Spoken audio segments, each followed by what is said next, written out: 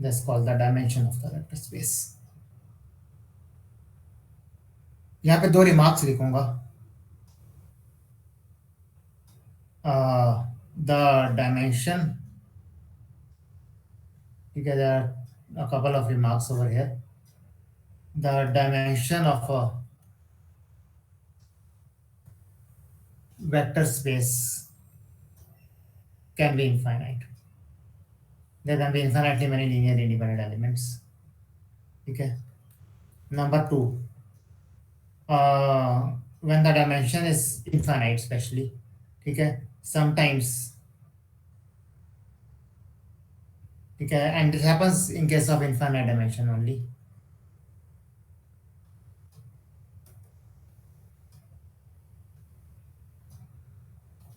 We may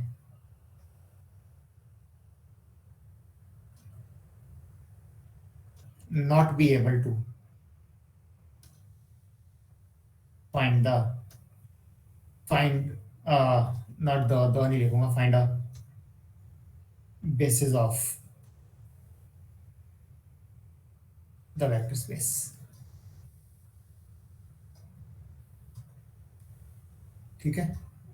कई बार हम basis नहीं निकाल पाते हैं इनफाइनाइट डायमेंशन. फाइनाइट में तो हमेशा ही निकाल लेंगे, बट जब डायमेंशन इनफाइनाइट होती है तो कई बार हम बेसिस नहीं निकाल पाते. I'll tell you why it happens, example दे दूंगा इसका, but sometimes we may not be able to find the basis of the vector space. ठीक है. एक और चीज मैं लिखूंगा, एक रिजल्ट है. ठीक है. And it easily follows from the definition of basis.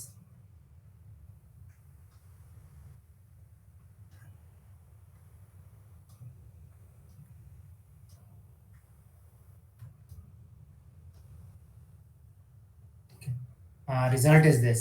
ठीक है. Let V over F be a vector space. ठीक है. Then any maximal linearly independent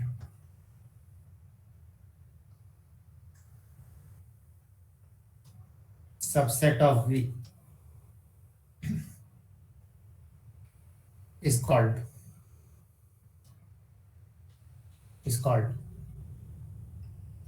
not is called, I'll not write is called, will be a basis of V.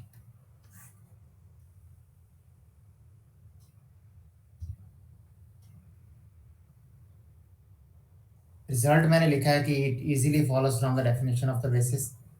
ठीक है. Result की ये statement है, और ऑफ कोर्स इसका जो प्रूफ होगा that will be, because it easily follows that proof is the homework for you, but still let us discuss this. पहले इसकी स्टेटमेंट हम डिस्कस कर लें, प्रूफ आप इसका लिख लोगे. तो मैं स्टेटमेंट ये बोल रहा हूँ, यानी maximal linearly independent subset of V will be a basis of V. तो पहले मुझे बताओ, what do you mean by a maximal linearly independent subset?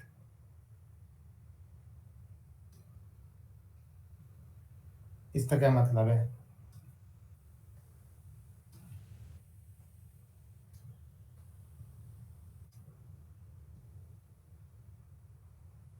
कि मेरे पास कोई भी वी स्पेस है, वेक्टर स्पेस है, उसका मैं सबसेट ले रहा हूँ और मैं कह रहा हूँ कि that subset is a maximal linearly independent subset. What do I mean when I say it is a maximum linearly independent subset? इसका मतलब क्या हुआ?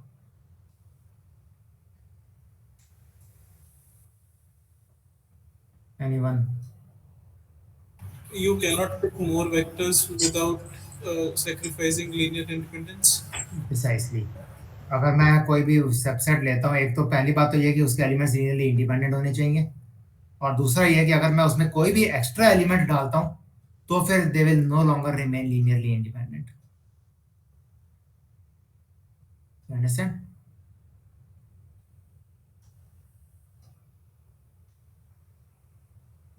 तो मैक्सिमल लीनियरली इंडिपेंडेंट का मतलब ये है.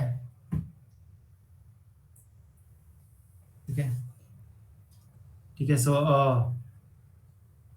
Maximal linearly independent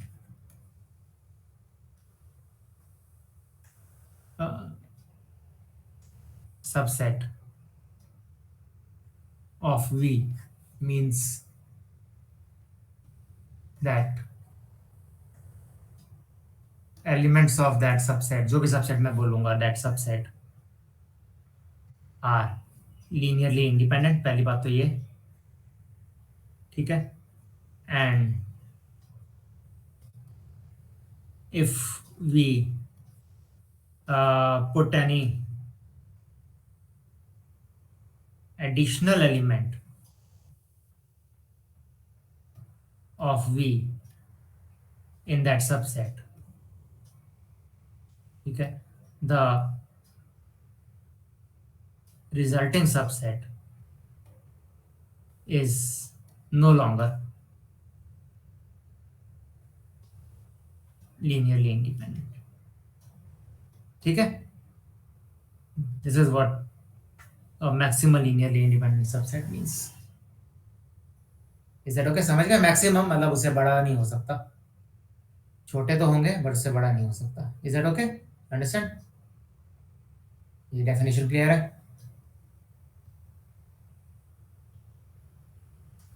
Yes, no?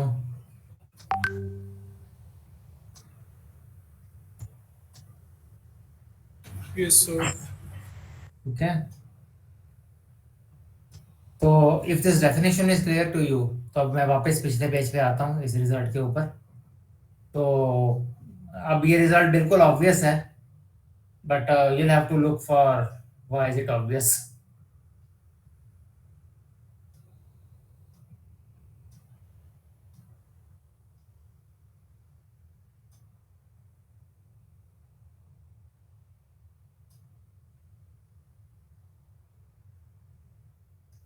ठीक है, यू अंडरस्टैंड? कर लोगे इसको प्रूफ? कोशिश कर लोगे?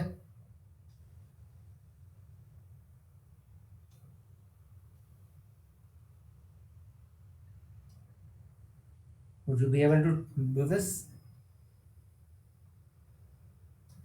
Yes, sir. ठीक है, सिंपल है, कर लोगे.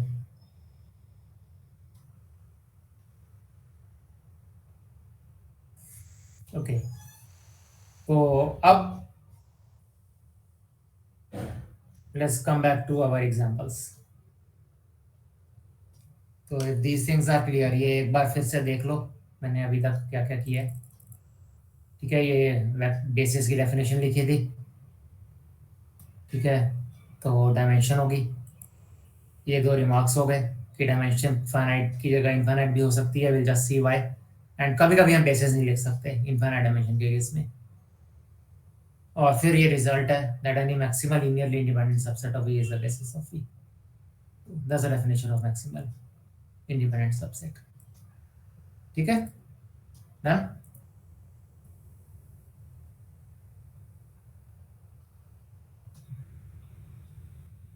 तो अब एक बार फिर से वो R3 ओवर R को हम विजिट करते हैं. ठीक है, तो 1 0 0 0 1 0 एंड 0 0 1. ठीक है, this is basis of R3, क्योंकि 3 से ज्यादा इंडिपेंडेंट हो ही नहीं सकते, चौथा डिपेंडेंट हो जाएगा. So it's a maximal linearly independent set. Actually this basis is what we call as the standard basis. And actually अगर मेरे पास कोई भी 3 एलिमेंट्स हो, A1 B1 C1, A2 B2 C2 and A3 B3 C3, ठीक है, जो कि लीनियरली इंडिपेंडेंट है, तो they will form a basis of R3. Is that okay?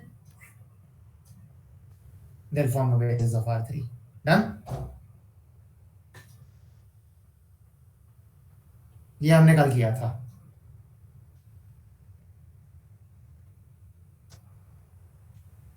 This is what we did yesterday. Clear है? तुम क्या इतने सुस्त क्यों हो आज? ऐसा तो नहीं है सर. हाँ, क्या कह रहे हो? ऐसा तो नहीं है सर. ऐसा ही लग रहा है मुझे, बिल्कुल पता नहीं चल रहा तुम लोग एग्जिस्ट भी कर रहे हो कि नहीं कर रहे हो. संध्या तो वैसे ही बड़े दिनों से सो रही है. नहीं सर, ऐसा नहीं है। समझ आ रहा है? Yes sir. तो फिर जवाब क्यों नहीं दे रहे जब मैं कुछ पूछता हूँ? आज तो ऋषि भी ज्यादा चुस्त नहीं है, वो भी सुस्त सा ही लग रहा है। सर हाथ बिजी है। हाँ।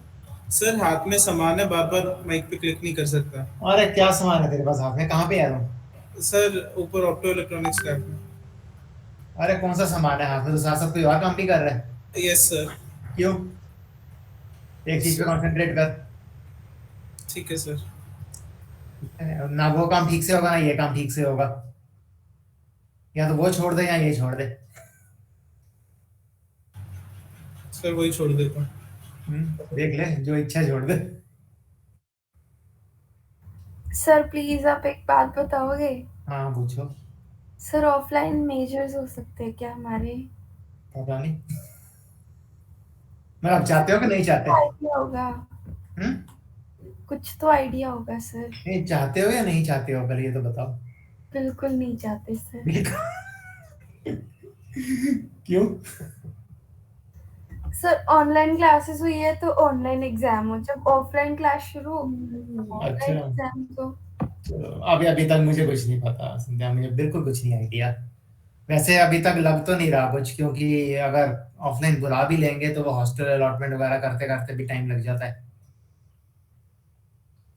और वही वैसे सर, भी मेरे मुझे पास लगता है कि शायद चॉइस दे सकते हैं इस बार तो, और नेक्स्ट सेम खुल जाए नहीं, शायद। वो तो हम मोस्ट ऑफली अब नेक्स्ट टाइम ही खोलेंगे, क्योंकि धीरे धीरे खोल तो रहे हैं बाकी डिपार्टमेंट्स वो, लेकिन हॉस्टल्स की प्रॉब्लम बहुत है। और मुझे लगता है कि थोड़ा सा ना यूनिवर्सिटी ये भी वेट कर रही है कि ये वाला जो टाइम है ना, अगला एक महीना, ये क्रिटिकल है थोड़ा सा।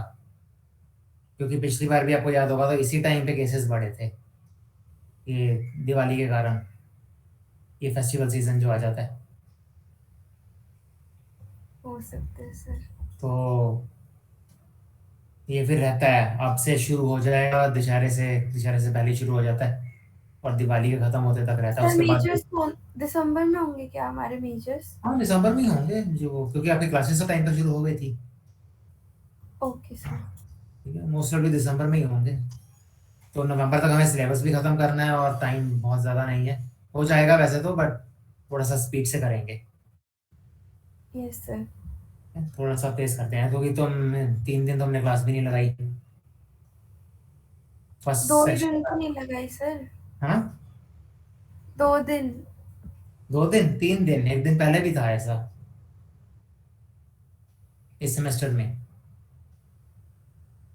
चलो 2 दिन भी लगा लो। जो दूसरा सेक्शन है वो तुमसे 3 लेक्चर्स आगे चल रहा है। पर सर 2 दिन तो किसी ने भी नहीं लगाई थी। सेक्शन 1 ने लगाई थी।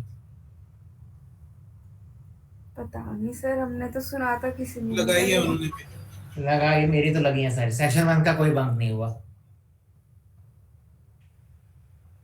चलो कोई बात नहीं, थोड़ा फिर तेज करते हैं। अच्छा चलो अब अगला एग्जांपल करते हैं, द सेकंड एग्जांपल, उसकी आप मुझे बेसिस और डायमेंशन बताना। तो next example which we do is, जो हमने ये किया था ना पी एंड टी, एन फिक्स किया था हमने। ठीक है, P and T was the set of all polynomials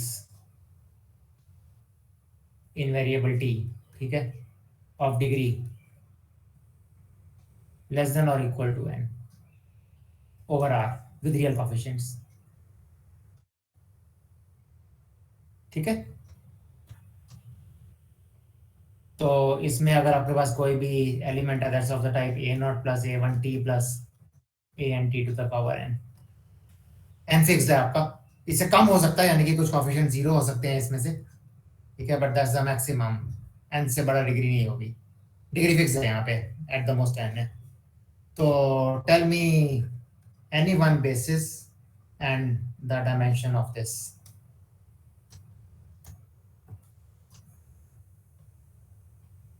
चलो मैं थोड़ा सा काम आसान कर देता हूँ, मैं इनको से 3 फिक्स कर लेता हूँ। तो I take a naught plus a one t plus a two t square plus a three t cube. ठीक है, पी थ्री टी की बात करते हैं। ठीक है, लेस देन और इक्वल टू 3 डिग्री के पॉलिनोमियल्स। इसी की मुझे आप कोई बेसिस और डायमेंशन बता दो। इसकी बता दोगे तो इसकी जनरलाइज कर लेंगे बाद में।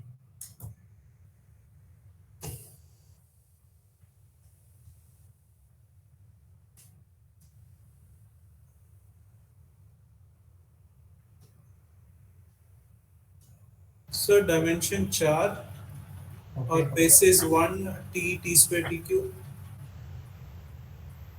हाँ और कोई?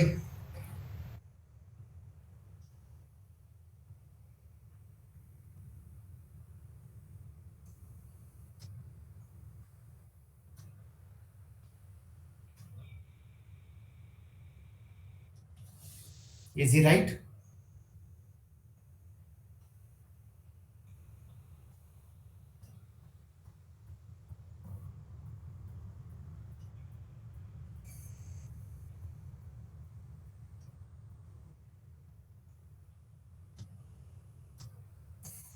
ठीक है, ऋषि ठीक बोल रहे हैं। Yes, sir. What he is saying is कि, चलो मैं इसको थोड़ा सा इलेबोरेट करता हूँ कि what he is saying.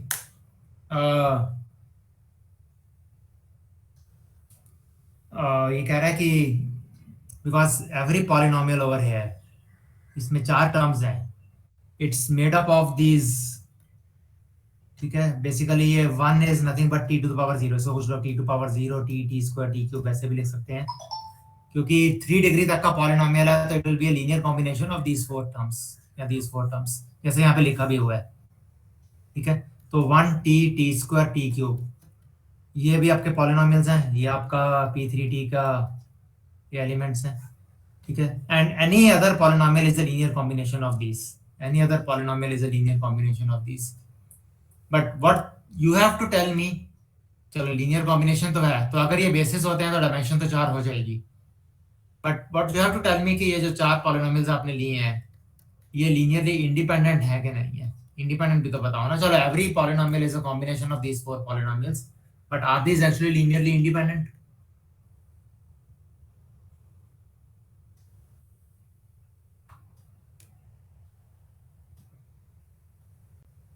Yes sir. Reason? Reason sir ये है, जीरो के सिवाय कोई कांस्टेंट से मल्टीप्लाई करके आप जीरो नहीं ला सकते। लेकिन उसका प्रूफ बताओ ना मुझे। जैसे मैं, चलो मैं लिखता हूँ इसको। लीनियर इंडिपेंडेंस के लिए मुझे क्या करना होता है? लीनियर इंडिपेंडेंस को चेक करने के लिए मुझे क्या करना होता है? Lambda naught times 1 plus lambda 1 times T plus lambda 2 times T square plus lambda 3 times T cube, इसको मैं इक्वल टू 0 डालूंगा। Yes sir. ठीक है, for every T, for every real number T, क्योंकि मैं ओवर रियल की बात कर रहा हूँ, एवरी रियल नंबर टी। तो मुझे लैम्डा नॉट, लैम्डा 1, लैम्डा 2 और लैम्डा 3 की ऐसी वैल्यूज निकालनी है जो कि इस इक्वेशन को सेटिस्फाई करती हैं हर टी के लिए, ठीक है। हर टी के लिए इस इक्वेशन को सेटिस्फाई करेगी। अगर तो सिर्फ 0 वैल्यूज आती हैं तो इंडिपेंडेंट होंगे, अगर नॉन 0 वैल्यूज आती हैं तो डिपेंडेंट होंगे। Is that right?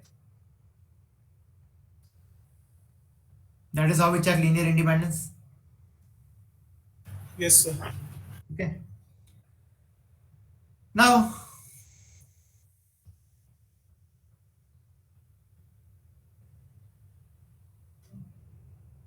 what should I do? अब मैं एक काम करूंगा, पता क्या, क्योंकि हर टी के लिए ट्रू है तो मैं टी की डिफरेंट वैल्यूज डालूंगा।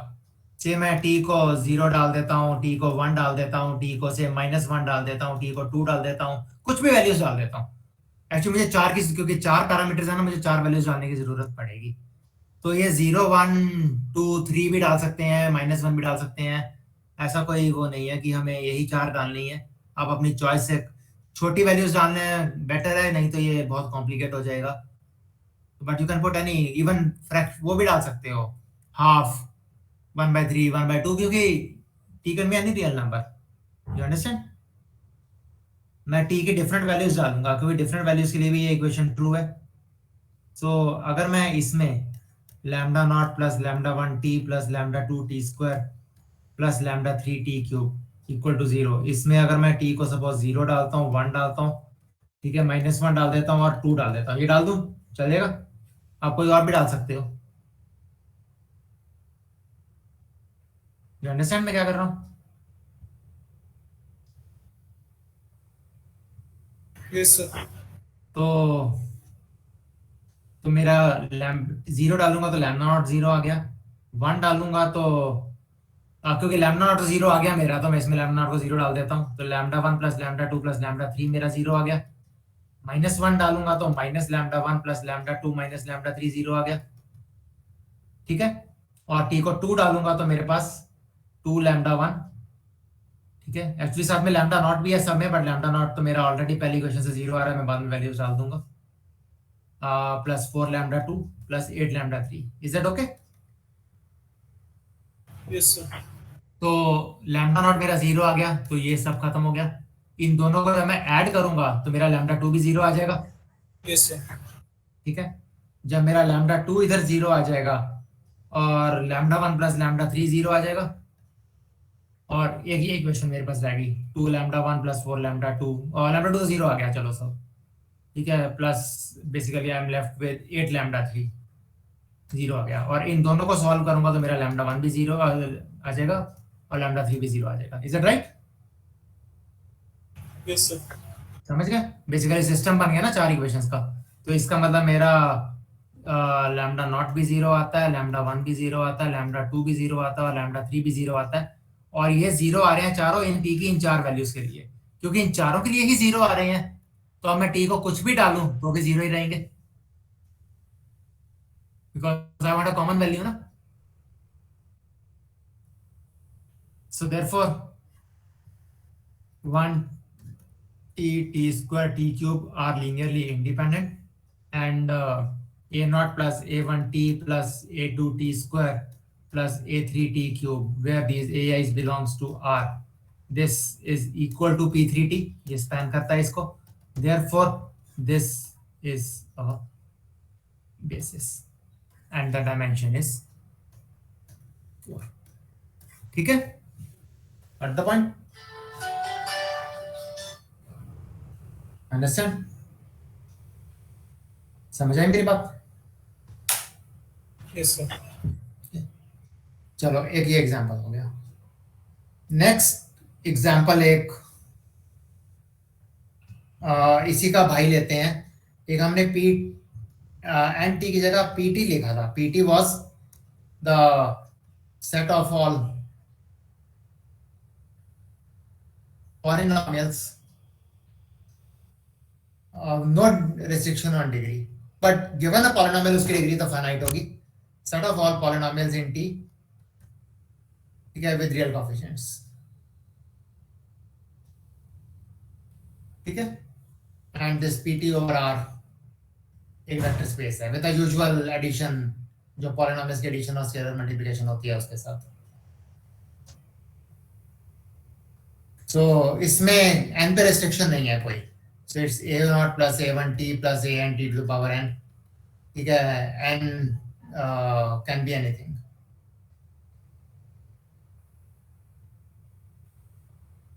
now tell me कि इसका basis और डायमेंशन, कोई एक बेसिस और इसकी डायमेंशन क्या होगी? So dimension n plus 1 and basis t to the power 0 to t to the power n. गलत है।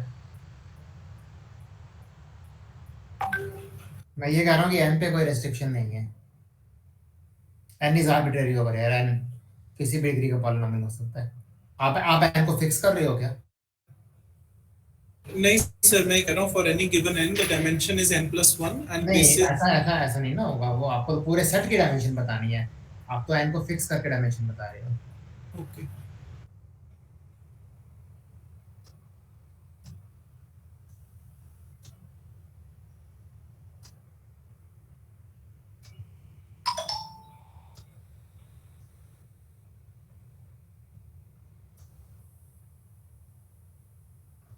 Infinite, sir.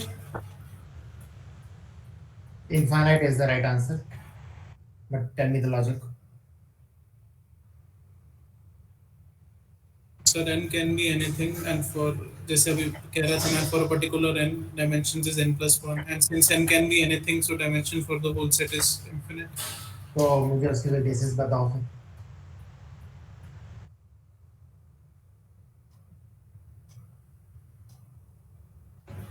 sigma t to the power n, where n starts from 0 to infinity. Sigma sigma Uh, so, I mean, a set of all t to the power n starts from 0 to infinity.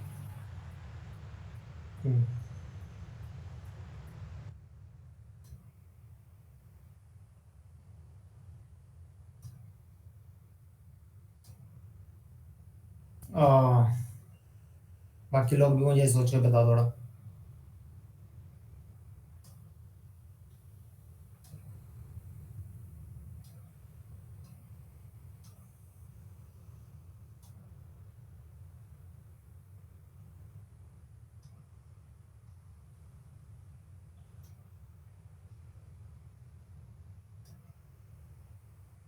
जो ऋषि बोल रहा है,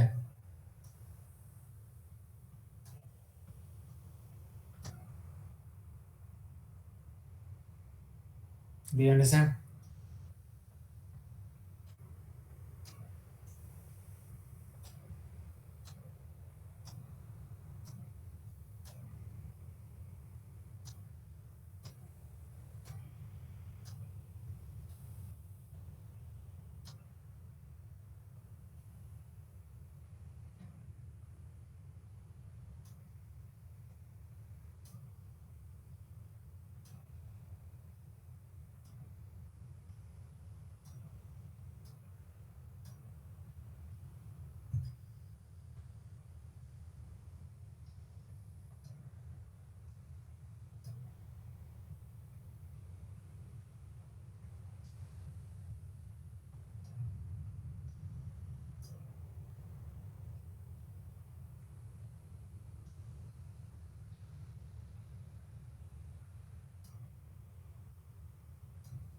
फिर चुप हो गए सारे।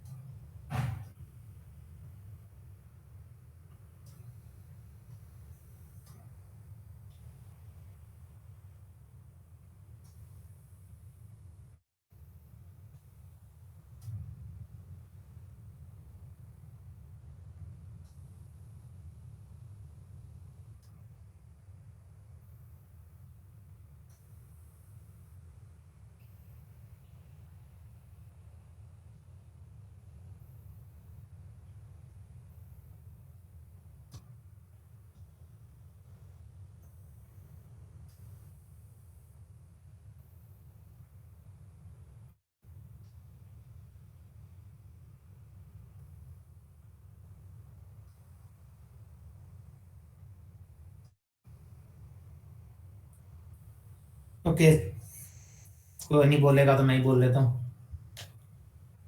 तो देखो, this is how a general polynomial looks like, and n can be anything, ठीक है? n is anything, n is any integer, natural number, ठीक है? नेचुरल नंबर मतलब एक्चुअली n जीरो भी हो सकता है, नेचुरल नंबर यूनियन जीरो, तो जीरो डिग्री भी हो सकती है। So the basis is 1 t square t cube and so on up to infinity. का रीजन इज कि अगर मैं n फिक्स कर देता हूँ ना, कोई और कहता है मैं t टू पावर n तक ही बेसिस लूंगा, तो that won't work because I can have a polynomial of degree greater than n। At a time मैं बेसिस के फाइनाइट एलिमेंट्स ही यूज करूंगा पॉलिनोमियल लिखने के लिए, एट अ गिवन टाइम मैं बेसिस के फाइनाइट एलिमेंट्स यूज करूंगा, but then the basis is 1 t square and so on up to infinity, and the dimension is infinity in this case, ठीक है? That is the right answer. थोड़ा सा समझोगे पढ़ोगे आपको समझ आ जाएगा। चलो लेट्स डू अनदर एग्जांपल। एक मैंने वो एग्जांपल लिया था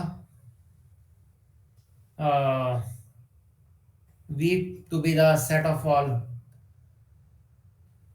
real valued continuous functions defined on a domain D, ठीक है? तो f आपका d2 r फंक्शन है, d फिक्स है, तो f कॉन्टिन्यूस है। then V over R is a vector space. ठीक है, आपको पता कि हमने सम और प्रोडक्ट किस तरह से डिफाइन किया था, कंपोनेंट वाइज, जैसे हम नॉर्मली करते हैं फंक्शंस में। तो ये जो आपका सेट है, इसकी भी आप मुझे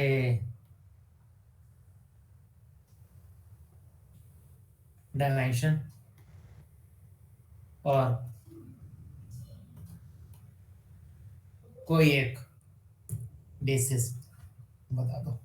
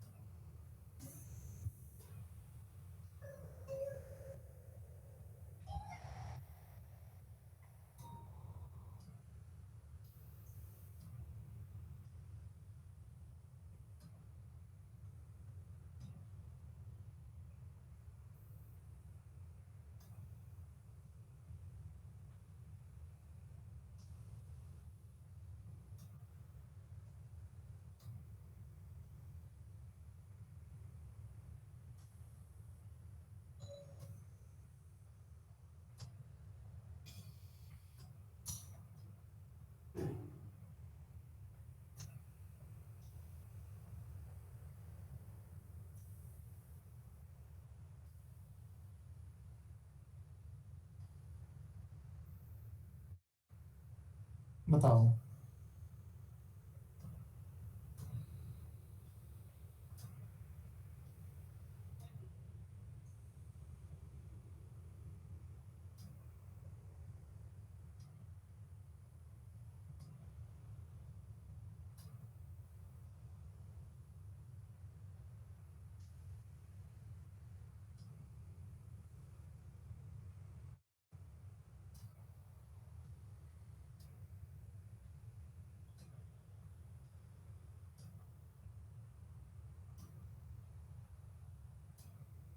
जल्दी।